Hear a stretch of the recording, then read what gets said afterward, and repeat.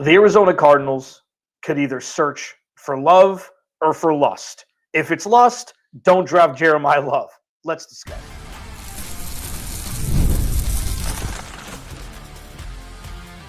You are Locked On Cardinals, your daily Arizona Cardinals podcast. Part of the Locked On Podcast Network, your team every day. Cardinals, Alex Clancy here. Thanks for making Locked On Cardinals your first listen, part of the Locked On Podcast Network, now the #1 sports podcast platform. Lot to discuss today. Whole lot to discuss.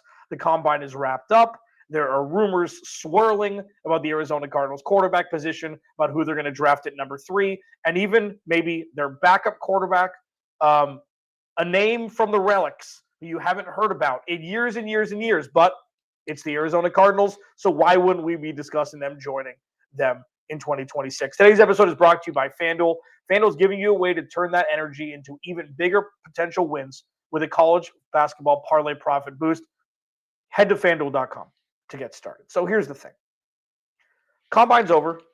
And always around this time, there's guys that are shooting up the charts and rumors flying about which player is going to be going where in free agency. And this time, the Arizona Cardinals are entrenched in multiple different names tied to them for multiple different reasons. Jimmy Garoppolo. Who knew? He's a Mike LaFleur guy. Maybe he'll be an Arizona Cardinal in 2026. I'll discuss it in the third segment. Offensive tackle position is buzzing. It's buzzing after the combine. Which right tackles would look to maybe playing guard early to start their career and then move outside. It's a fascinating little wrinkle. I'll discuss that as well. But I'm starting to see this onslaught of people, fans, media members alike, who are saying Jeremiyah Love is the pick at number 3. Haven't we done this already?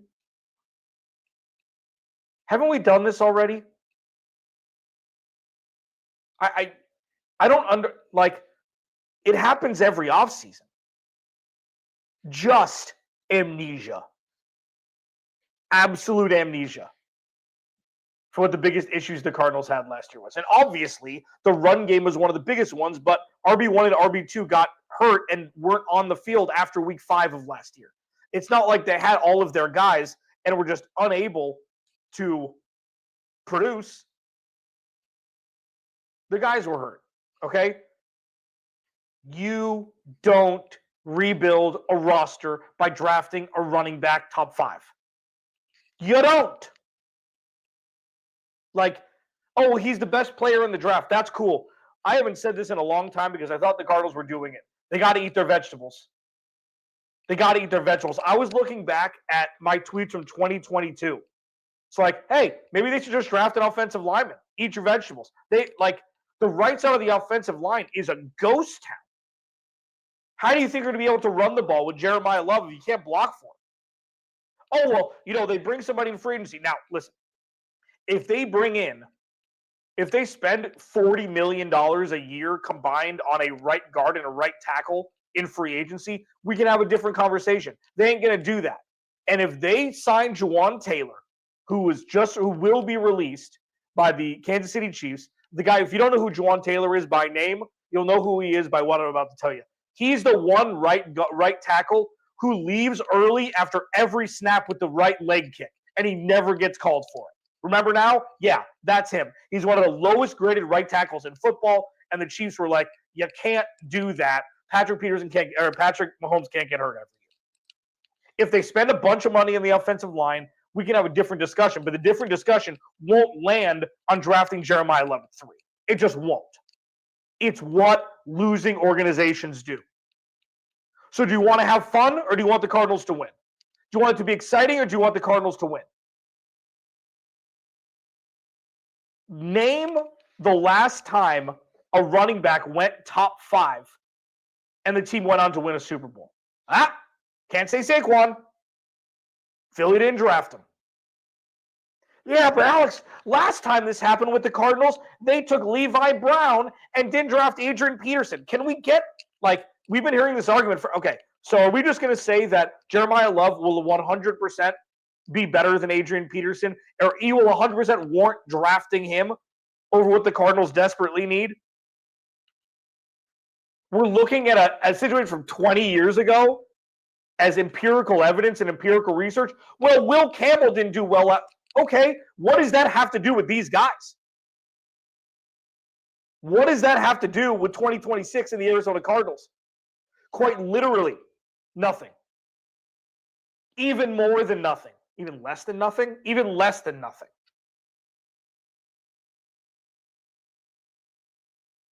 So you're saying, okay, so let's draft Jeremiyah Love because of the Adrian Peterson thing. And then Jeremiyah Love's like a pretty good running back that shouldn't have gone top 3. Like, well, you didn't want to miss on it twice. It's like, what? The rationale behind that just escapes me. It completely escapes me. Are we playing Madden here? It's like, okay, yep, bring in Malik Willis, bring in Jeremiyah Love. It'll be fun. We're doing it for funsies now? Doing it for funsies now. Would it be fun to draft Jeremiyah Love at 3? Of course. Like, I'm not averse to fun. But is it how you build a roster? No. That is quite literally putting the cart before the horse. The horse is the offensive line that makes the cart possible. And the Cardinals' offensive line is bad on the right side. It's not sexy. It's not fun. Okay. Eat your vegetables. Eat your vegetables. I don't understand the amnesia. I don't understand the right when last season's over, everybody forgets what happened the entirety of it. I don't understand it. Would it be fun? Of course. You can lust after that all you want. I don't love Love at 3. I loathe Love at 3. The Cardinals don't deserve that pick yet. They don't deserve it. Now, when we talk about pass rush and all that stuff, a lot of this is predicated upon what they do in free agency, of course. I almost rather wish that the draft was before free agency. There'd be so much more intrigue as to, the processes going into the draft. Because you have no idea what's going to happen in free agency. You know what your holes are now on the roster. You draft for need, and then, yeah, that'd be a trip. Like, I'm not trying to be a wet blanket here on what the Cardinals like, what the best path for them moving forward is. But you look in the history of time, this is a very new thing where running backs are taken in the first round even. Like, when Todd Gurley went, 13th? I think it was 13th, something like that. When the Rams traded up to get him, it's like, oh my God, people's heads exploded. And I know Bijan Robinson has been great. And I know Jahmyr Gibbs has been great. And I know all of these things. But Bijan Robinson can be as good as you want. They ain't winning jack over there. Oh, they won more than the Cardinals. That's not a great barometer. So going into the Combine and coming out of the Combine, Jeremiyah Love was looked at as probably the best prospect in the draft. Okay? This is one of the worst drafts in history. So I'm not knocking him down from a pedestal because of that. I'm putting it in perspective. Where if this was next year's class, it'd be fun to see where he would rank. And they could say the same about the pass rushers. So when you look at what happened in the Combine, you can find a number and a metric and an interview and whatever you want, words from, a former coach or whatever that can make any argument. But one thing that is tried and true for decades in the NFL, you draft a running back in the top 5, you don't win with that running back. Locked On Cardinals, your team every day. The buzz from the offensive tackle group is heating up. That's good for me and what I think the Cardinals should do at 3. We'll discuss it next. This episode of Locked On Cardinals is brought to you by FanDuel. College basketball is nonstop. Big games, tight spreads, momentum swings every single night, from early tip-offs to late-night West Coast shootouts.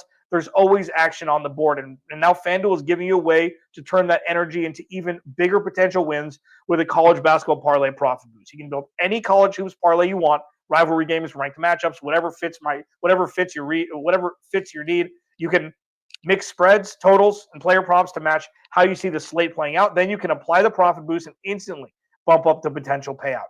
Go safe, go bold, ride with a team you've been following all season. It's your parlay, your style. Now with more upside behind it. Head to FanDuel.com to get started. That's FanDuel.com. FanDuel, play your game. Today's episode of Locked On Cardinals is also brought to you by Indeed. Workplace chaos, deadlines stacking up, inbox overflowing, and that one position you have to fill still sitting open. When the pressure's on and you need the right hire, this is a job for sponsored jobs. Indeed, sponsored jobs helps you reach the people who actually fit what you're looking for, skills, experience, location, so you're not just hoping the right candidate stumbles across your post. And here's a stat that says it all. In the minute I've been talking to you, companies like yours made 27 hires on Indeed, according to Indeed data worldwide. So if you're hiring, spend less time searching and more time interviewing candidates who check all your boxes with Indeed sponsored jobs. And listeners of this show will get a $75 sponsored job credit to help your job get the premium status it deserves at Indeed.com/podcast. Just go to Indeed.com/podcast right now and support our show by saying you heard about Indeed on this podcast. Indeed.com/podcast. Terms and conditions apply. Need to hire? This is a job for Indeed sponsored jobs. Please go to the YouTube channel, search Locked On Arizona Cardinals, hit that subscribe button. Man, you know the drill, and free agency is here, and so are we. Get 1 month free of the Everydayers Club with code FREEAGENCY, no spaces, now through March 15th. Go ad-free and keep this conversation going on Discord. Join the club at lockedoncardinals.supercast.com. The link is in the description as well. So, listen, just putting a pin in the Jeremiyah Love conversation. Would it be fun? Of course. Would I love to see number 4, I'm assuming he'd wear number 4, rocking into Arizona Cardinals red on Sundays? Absolutely. Is it the best way for the Cardinals to construct their roster so they can actually pivot back into some sort of relevancy in 2026? No. In my opinion. No. Now, the offensive tackle buzz is heating up. So there are 2 names that we've seen atop the rest. Francis Mauigoa and Spencer Fano. Okay? Spencer Fano, Utah, played a little left tackle, played right tackle. Francis Mauigoa is an absolute mauler on the right side of the offensive line for Miami, who made the national championship game. Spencer Fano's arms came in significantly. I think it was 37 1/8 or 31 1/8. I got to see. Significantly shorter than people thought. And it's something that it's a big deal because of what we saw with Will. It was 32 1/8 inches. 37. What is he? No, that's 32 1/8 inches. What we saw with Will Campbell was his arms were short, and we saw him get exposed in the Super Bowl. So while Spencer Fano is looked at by most as the most talented right tackle in this draft, Francis Mauigoa has him by measurables almost tenfold. Like he's got him covered. So it's something where, do you take a guy with the experience of what they did with Utah, and Utah's the schedule, I guess you could put into question a little bit. Miami, I guess you can put Miami's schedule a little bit too. But by and large, what the Arizona Cardinals need to do is come to a determination if they are to go right tackle at number 3 and decide, okay, we're going to dive into the tape here and find the one that best fits the Mike McDaniel scheme, especially the zone run scheme. Like, Francis Mauigoa can do both. Okay? He's a good pass protector.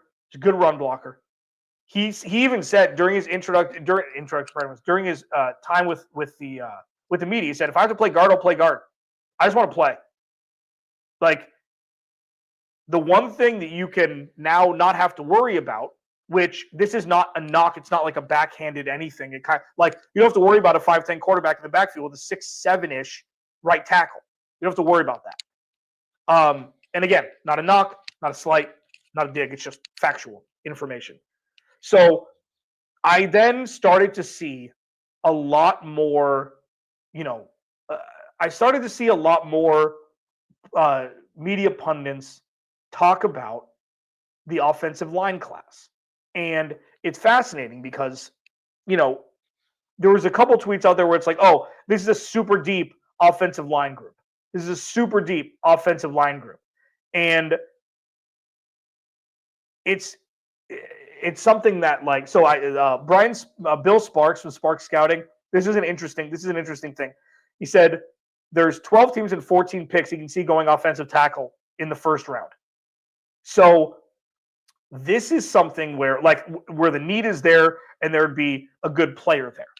Okay? This is the thought process for me. Outside of trading back 6 picks, getting an extra second rounder or whatever it is, and then drafting who you wanted at 3, at 6, or 7, because somebody else wanted a pass rusher or a wide receiver, Jeremiyah, who knows? Who knows? You have that situation where, just like in fantasy football, where it's like, okay, so for those that, if those that don't play fantasy football, it's a snake draft where 1 through 12 goes in the first round, and then 12 goes through 1 in the second round, and vice versa all the way around to keep it fair. So if you're betting on if you're picking on the turn of any round, and it's like, listen, I've got 25 picks before I pick next, I want to take the guy that I think is going to make the most impact, and I know he's not going to get back to me, so maybe I'll pick him a couple picks earlier, but I know that he's going to be the guy for us and be the need that we have to fill. That's kind of thing with the Arizona Cardinals at 3. So it's like, well, there's no consensus offensive lineman who is ranked in the top 10. It doesn't matter what the consensus is. The Cardinals need to draft an offensive lineman, and by the time that they pick in the second round, all the top ones are going to be gone. You got the kid from Arizona State who probably will shimmy into the first round. People like that always move up from the top of the second round to the back end of the first round, whatever it is. Well, the Cardinals can trade back in and draft somebody. Listen, with all of this, the combine, all of these things, pro days, watching college football tape, more times than not, and it's not an exact science, and there are busts everywhere, more times than not, the higher you go in a draft, the better you are as a player. So just because the Cardinals, well, you draft an offensive lineman in the second and third round, and you draft a pass rusher in the number 3 overall, do you know the disparagement of talent from offensive line that's going to go from the first round to the second to the third? Again, not an exact science. I completely understand that. There are stars that are drafted in the second, third, fourth, fifth, sixth round. I know it all. I don't know it all, but I know that that's the case. But the Cardinals can control what they can control, take the best one available at that time, whether it be Francis Mauigoa with the measurables or Spencer Fano with more of the experience, just the smaller arm length, and then you just set and forget, and then you're good. Playing I hope there's an offensive lineman there with merit in the second and third round that's going to have 70% of the impact as the best guys coming out in the draft. Maybe you got to pick one a little bit higher than you want to.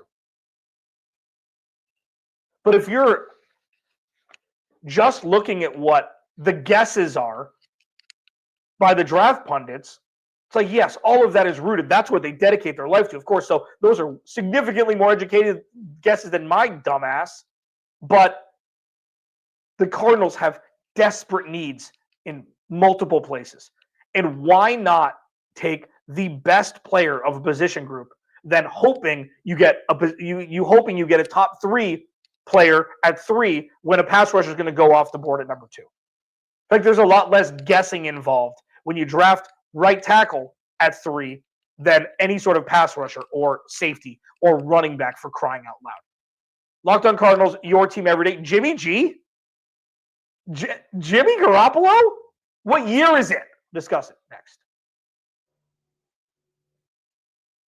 This episode of Locked On Cardinals is brought to you by the Game Time app. We live in a world where we can stream anything, order food in minutes, and carry supercomputers in our pockets, and somehow buying tickets to a live game still feel complicated. Hidden fees, jumping prices, endless steps. There has to be a better way, and that's why I use the Game Time app. It gives fans the advantage and makes getting tickets simple, whether it's NFL games, concerts, comedy, whatever you're doing. I just jumped onto the app. I'm actually going to go to a Suns game with my pops when he's in town on Sunday when they play the Hornets.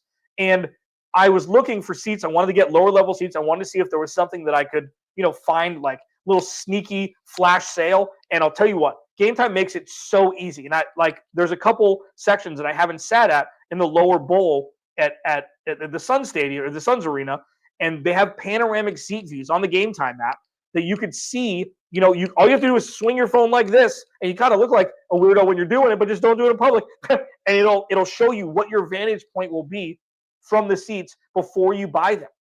Like, it takes no time. And the zone deals, where you pick the section and Game Time picks the seats for extra savings, it does it all for you. Fast, easy, done. Take the guesswork out of buying tickets with Game Time. Download the Game Time app, create an account. Use code LOCKEDON for $20 off your first purchase. Terms apply. Again, create an account and redeem code LOCKEDON for $20 off.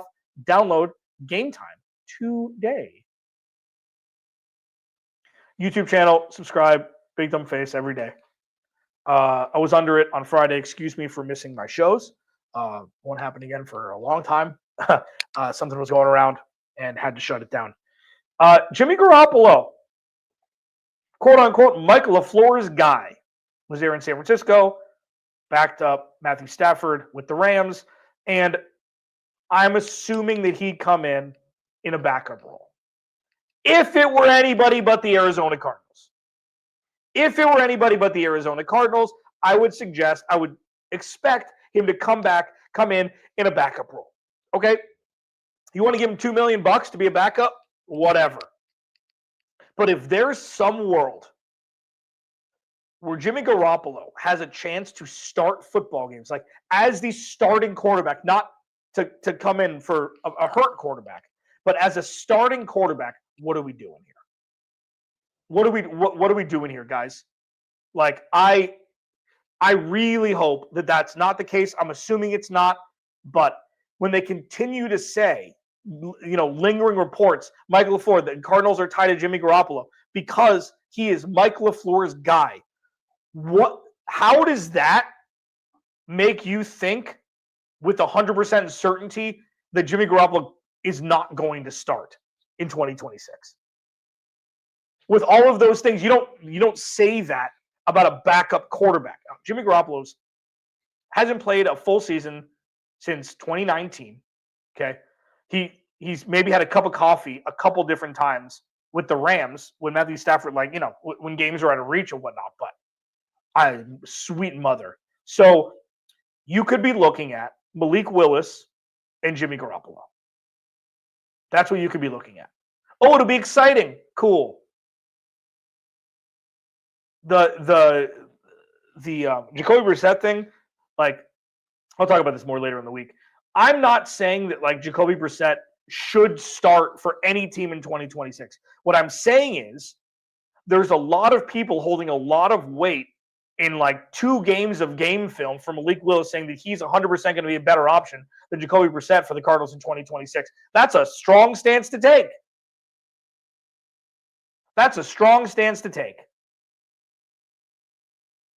That's all I'm saying. I'm not saying it's right. I'm not saying it's wrong. I'm not saying either of them are going to be able to hold their weight at all.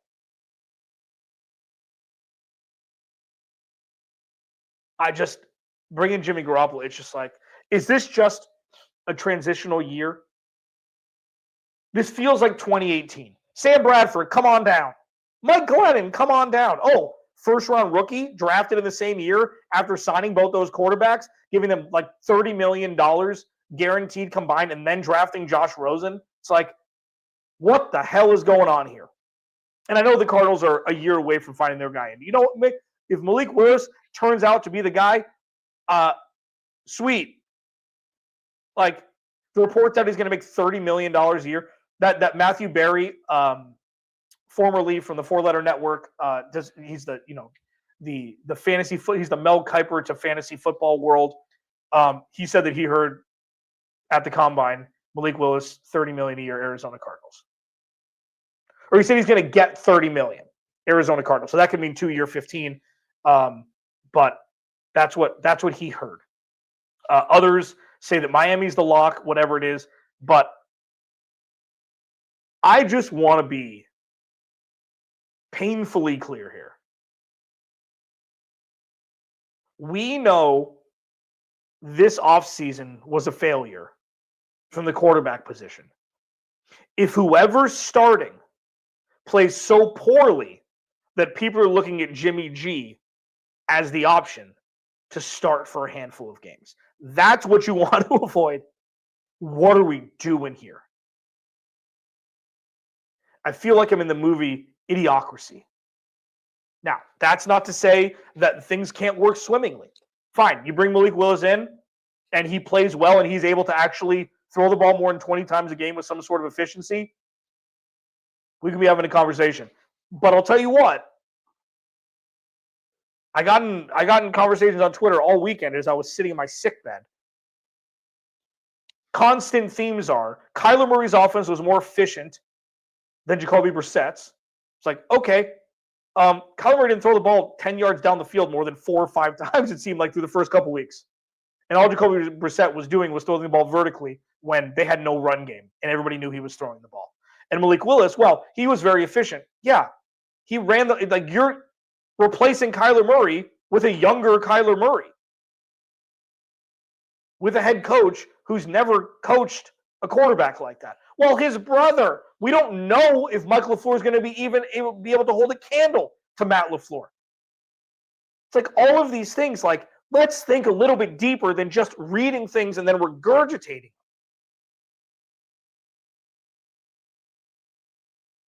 I want to be excited for what's going on. I just don't see a guy who's been in the league 4 years and people are sure that he is going to be a franchise guy. It's just like,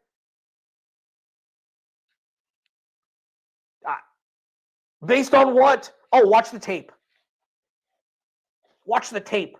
Okay, I'll blink and it'll be gone because that's how much tape there is on him in 4 years. The one thing that we can collectively agree upon, I believe, if Jimmy Garoppolo is starting games for the Arizona Cardinals in 2026, something has gone horribly wrong. Whether it be free agent acquisitions or injury, which obviously you hope never, and all of my sarcasm and all that stuff aside, obviously you never want anybody to be injured. If Jimmy Garoppolo is starting games for the Arizona Cardinals in 2026, something has gone terribly wrong. Alex Clancy, Locked On Cardinals. Remember, without you, there is no me. I'll talk to you this afternoon for the second part. Double dip.